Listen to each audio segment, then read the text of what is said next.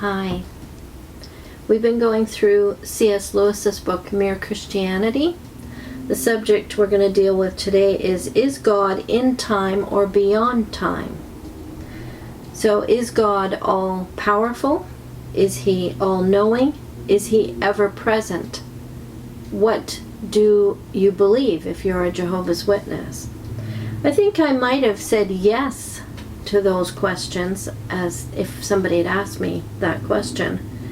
But I would have had in my mind limits to those very things. For example, if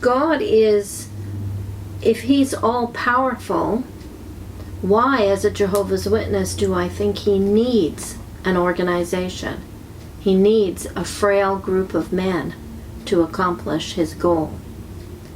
If he's all-knowing, why does he need angels to transmit and to get information, which the Watchtower has taught?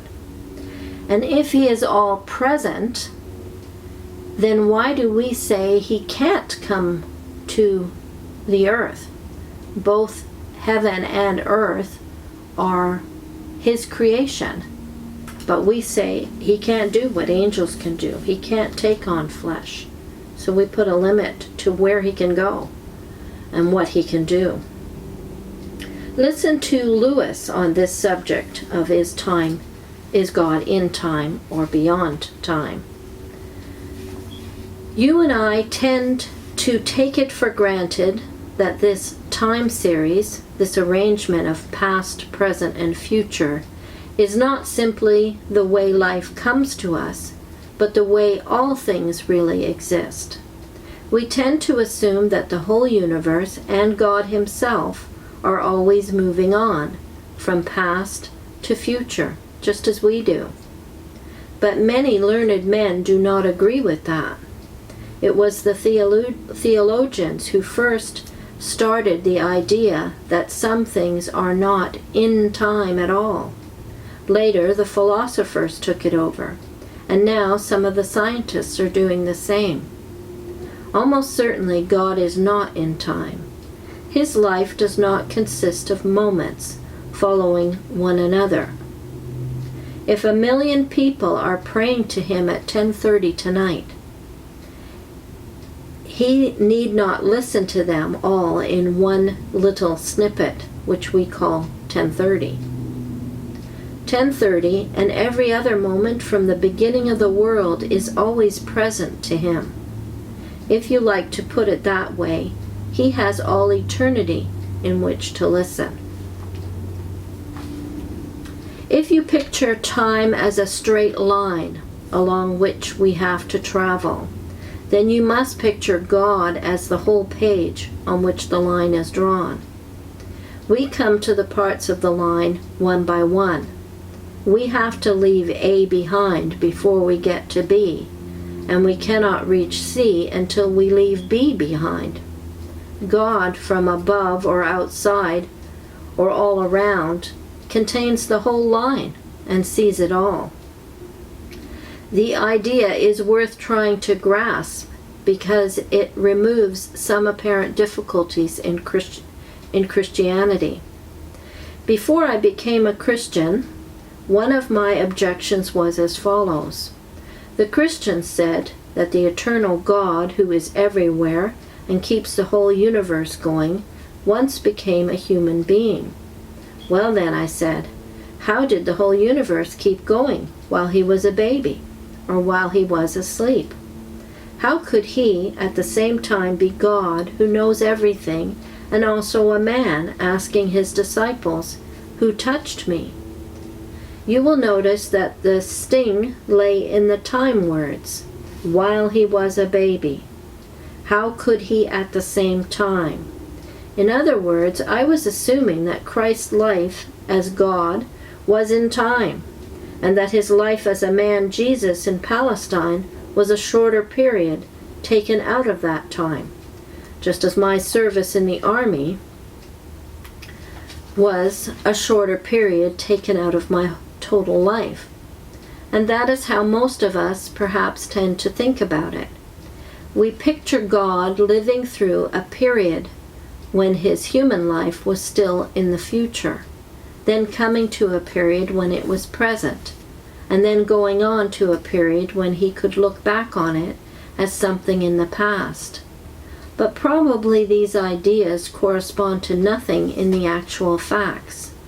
You cannot fit Christ's earthly life in Palestine into time relations with his life as God beyond all space and time. It is really, I suggest, a timeless truth about God that human nature and human experience of weakness and sleep and ignorance are somehow included in his whole divine life. This human life in God is, from our point of view, a particular period in the history of our world, from the year AD 1 till the crucifixion. We therefore imagine it is also a period in the history of God's own existence.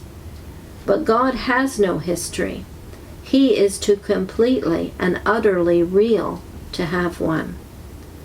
For, of course, to have a history means losing part of your reality, because it has already slipped away into the past, and not yet having another part, because it is still in the future. In fact, having nothing but a tiny little present, which has gone before you can speak about it. God forbid that we should think God was like that. Even we may hope not to be always rationed in that way. Suppose God is outside and above the timeline. In that case, what we call tomorrow is visible to him in just the same way as what we call today. All the days are now for him. So I thought this is something I never thought about as a witness, because I think my God was too small. I had him being just a bigger human, still having to make plans, to figure things out, to really diminish him to the size of just a bigger human. Our human reasoning can get in the way of our understanding the truth about God. Think of the Israelites in the Old Testament. There were pagans around them that believed that God was local. So they had the God of the valleys and the God of the hills, and they thought, depending on where they were, they could fight against the God of Israel. So they had a wrong concept of God, but it would seem reasonable to them. Israel also had the priest in the book of Ezekiel thinking that they could hide from God in the temple and that he would not see them. Paul, when he's talking to the pagans, tells them that God is not far from each of us. So obviously they thought he was far away.